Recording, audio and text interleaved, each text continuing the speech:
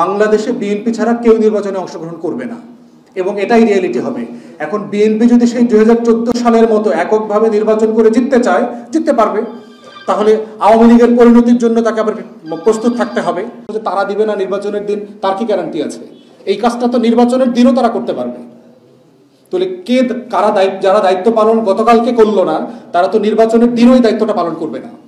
কারণ আমার অমুক বিএনপি ক্ষমতায় আসবে, আমার ক্যারিয়ারের কি হবে, আমার পোস্টিংয়ের কি হবে, আমাকে তো বান্দরবনে পোস্টিং করে দিবে। তাহলে একই ভয় যদি আপনার এই মাসে থাকে, একই ভয় তো নির্বাচনের দিনও আপনার থাকবে। তাহলে আপনি ভালো নির্বাচন কিভাবে করবেন? নির্বাচন কমিশন চাইলেও ভালো নির্বাচন করতে পারবে না।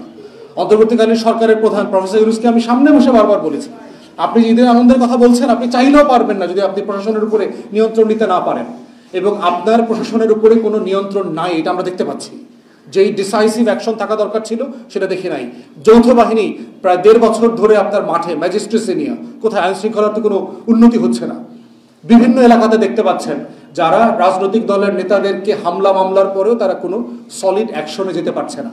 বরং আমরা দেখেছি আওয়ামী লীগের মামলাগুলোতে আওয়ামী লীগের নেতাকর্মীরা যারা গ্রেফতার হয়েছে তার প্রায় 80% ইতিমধ্যে জামিনে বের হয়ে আসছে এবং তারা এলাকাতে।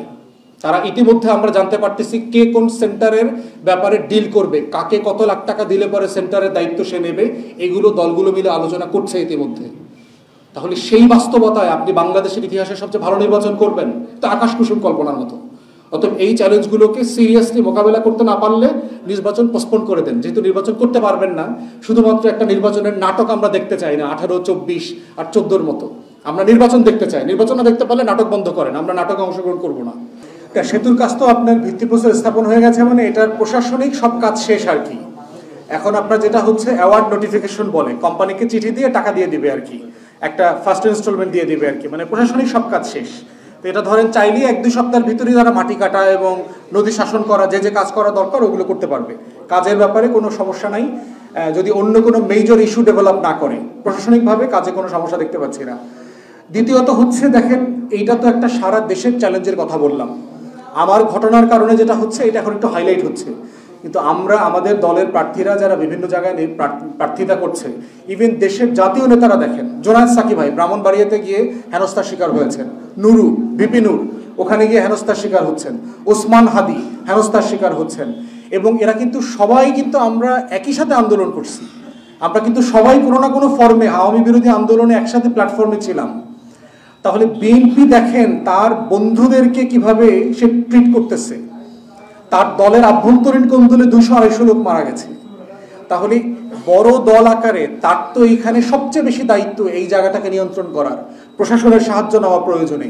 এবং অনেকেই প্রশাসন অ্যাকশন নিচ্ছে না তার চাকরির ভয়ে, কিন্তু বিএনপি নেতারা যদি একটু দায়িত্ব নিয়ে বলে তাহলে কিন্তু প্রশাসন আবার সাহস পাবে।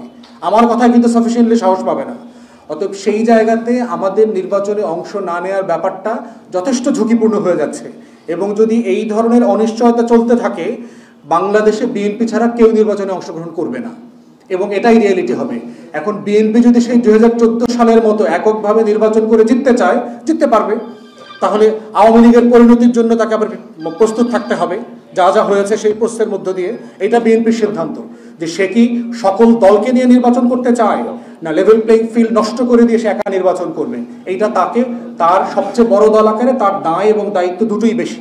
এবং আমরা আশা করব বিএনপির নেতৃত্ব এখানে রেসপন্সিবল আচরণ করবেন। প্রথম কথা হচ্ছে যে আমরা তো বারবার এই কথাটা বলেছি যে দলীয় ছত্রছায়ায় চাঁদাবাজদেরকে পোষা পালা বন্ধ করেন। এখন প্রশ্ন হচ্ছে এটা কে করতে পারবে? বড় দল আকারে বিএনপি কি করতে হবে? এবং বিএনপি ইতিমধ্যে শুরুর দিকে আমরা দেখলাম সেই অ্যাকশনটা তারা নিয়েছিল, প্রায় 8-10 হাজার নেতাকর্মীকে তারা বহিষ্কার করেছে। কিন্তু দুঃখজনকভাবে সত্য, গত 1 মাসে দেখলাম এদের অধিকাংশের বহিষ্কারাদেশ উজ্জ্ব করেছে। তো এর মানে হচ্ছে তারা বোধ করছে যে আগামী নির্বাচনে তাদের এই গুন্ডা পান্ডাদেরকে কাজে লাগাইতে হবে। কেন লাগবে? আওয়ামী লীগ তো নাই। মানে আপনার মারামারি করার কোনো ভারসাম্য তো নষ্ট হয়ে যায় নাই যে এখানে আপনার আওয়ামী লীগের মতো একটা গুন্ডা সংগঠনকে আপনার নির্বাচনে ফেস করতে হবে, এই জন্য আপনার এটা দরকার নাই। তো তাদের দলের যে সাইজ, কাছাকাছি সাইজেরও তো কোনো দল নাই। অতএব আপনি ফেয়ার ভালো নির্বাচন করলেই তো আপনি ভোটে জিতে যাবেন, আপনি জনগণের আস্থা ভালোবাসা নিয়ে জিতবেন। অতএব সেই জায়গাতে আমরা যেটা দেখতে পাচ্ছি যে বহিষ্কার করলেও, চাঁদাবাজদেরকে সাইডলাইনে করলেও লোকাল প্রশাসন দেখতে পাচ্ছে যে দলীয় ছত্রছায়া তারা টিকে আছে। প্রশাসন তো জানে, তার কাছে তথ্য আছে, এজেন্সির ইনফরমেশন আছে। অতএব তাদের ভিতরে আশঙ্কাটা আছে। প্রশাসন গত আমলে সিরিয়াসলি অ্যাকশন নিতে গিয়ে কি কি হয়েছে এটার ব্যাপারে একটা ভয় আছে। পুলিশ কমিশন নিয়েই দেখেন ইতিমধ্যে আমরা ঐকমত্য কমিশনে একটা স্বাধীন পুলিশ কমিশন করবার ব্যাপারে যে সিদ্ধান্ত নিলাম সেটাকে ক্ষমতা খর্ব করে করে এমন একটা জায়গায় নিয়ে গেছে এখন, যেটা আসলে একটা আমলাতান্ত্রিক জটিলতা বাড়বে। তো এই জন্য পুলিশের অনেক কর্মকর্তা বোধ করছেন যে এইরকম কমিশন আসলে আমার করার দরকার নাই, কারণ থানায় মামলা নিচ্ছে না, তো এটা নিয়ে আপনি আবার পুলিশ কমিশনে যাবেন, আবার পুলিশ কমিশন এখানে তদন্তের জন্য পাঠাবে, তো আলটিমেটলি এটা জটিলতা বাড়বে।